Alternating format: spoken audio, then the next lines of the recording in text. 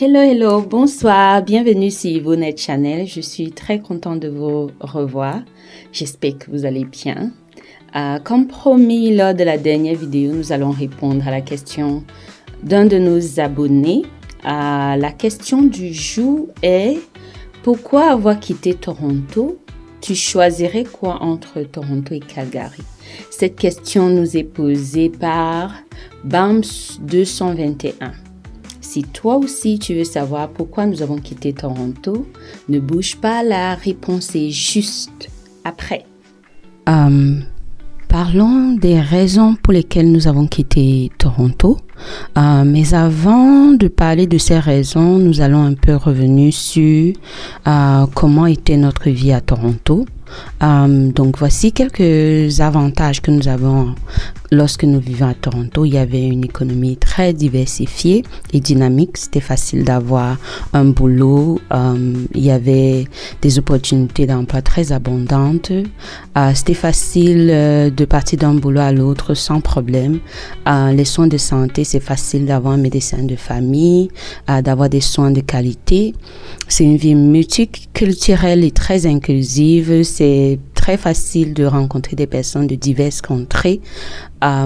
Aussi, le transport en commun est très développé en Toronto. C'est facile d'aller d'un bout à l'autre de la ville sans forcément avoir un véhicule.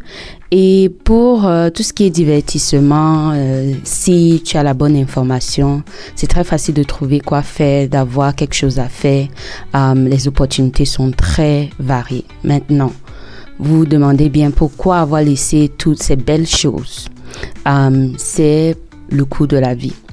Le coût de la vie devenait très élevé à Toronto, surtout quand il s'agissait de l'immobilier, donc le loyer. Une maison moyenne coûtait dans les 1 million de francs CFA s'il fallait l'acheter, et un appartement de 2 chambres coûtait entre 2500 et 3000 dollars à l'époque. Donc, c'était compliqué et nous avons décidé de regarder d'autres options. Ottawa étant la ville la plus proche qui pouvait offrir d'opportunités similaires, nous sommes rendus à Ottawa. Mais on était vite déçus parce que à Ottawa également le coût de la vie avait flambé, comme vous voyez à l'image. Donc Toronto 1 million, Ottawa 800 000 dollars et plus. C'était pas à notre portée financièrement. Donc nous avons décidé d'explorer d'autres options. Rappelons qu'en ce moment, le marché immobilier était vraiment très challengeant. Donc, nous avons regardé Calgary et Montréal. Donc, Montréal était très proche de Toronto. Donc, ça avait l'avantage que ça nous permettait de rester très proche de nos amis et familles que nous avions à Toronto.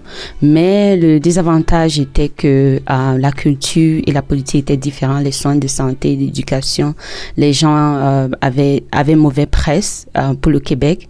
Mais les prix des maisons ou loyers étaient vraiment très abordables. 2000 dollars environ pour un appartement de 2 chambres quand il s'agissait de la location, et 500 000 dollars s'il fallait l'acheter.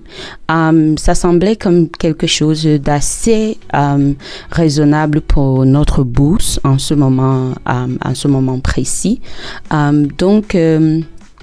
Mais il y avait ce hic concernant la différence culturelle. Rappelons que le Québec a sa culture vraiment à part, différente du fédéral.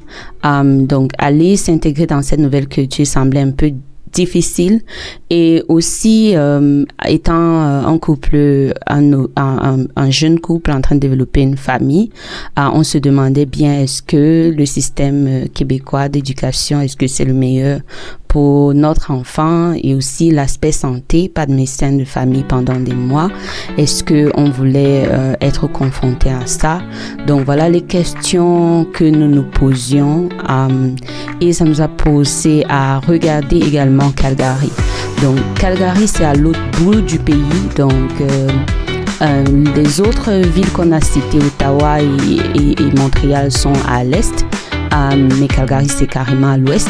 Et l'avantage de Calgary, c'est que c'était une ville en pleine croissance économique et le système de santé éducatif sont plus fiables qu'au Québec.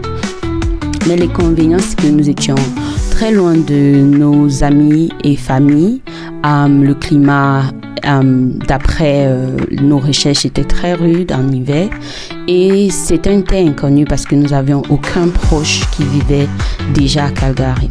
Donc, le coût du loyer, à peu près $3 300 en moyenne pour un appartement de 2 chambres et $510 000 pour acheter une maison. Ça semblait également assez raisonnable pour nous à l'époque. Donc, on a approfondi les recherches dans ce sens. Rappelons que l'Alberta parle également l'anglais, comme à Toronto. Donc, l'anglais n'étant pas un problème, et vu que Calgary avait... l'anglais n'étant pas un problème, on a décidé donc de choisir Calgary. Donc, récapitulatif. Donc Toronto était trop cher, Montréal était abordable, mais la culture était vraiment très différente de ce que nous connaissions déjà. On n'avait pas voulu passer par cette intégration encore et on redoutait le système de santé et d'éducation. Donc nous avons donc choisi la ville de Calgary qui semblait la meilleure option pour la suite de notre vie. Donc nous avons donc décidé en juillet 2022 de déménager pour l'Alberta dans la ville de Calgary et nous y vivons depuis déjà 3 ans. Voilà donc les raisons qui nous ont poussés à partir de Toronto.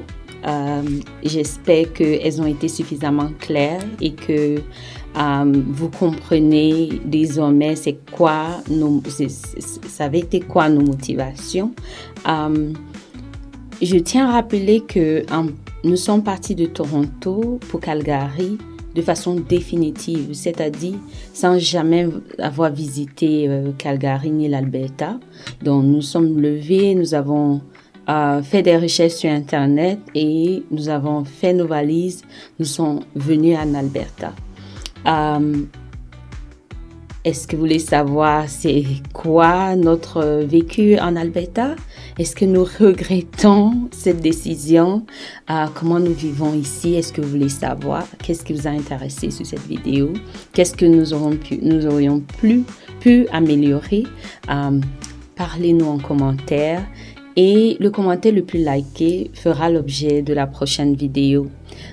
C'est avec plaisir que j'ai pu échanger avec vous aujourd'hui. J'espère vous revoir très bientôt. Portez-vous bien. Ciao, ciao. À la prochaine.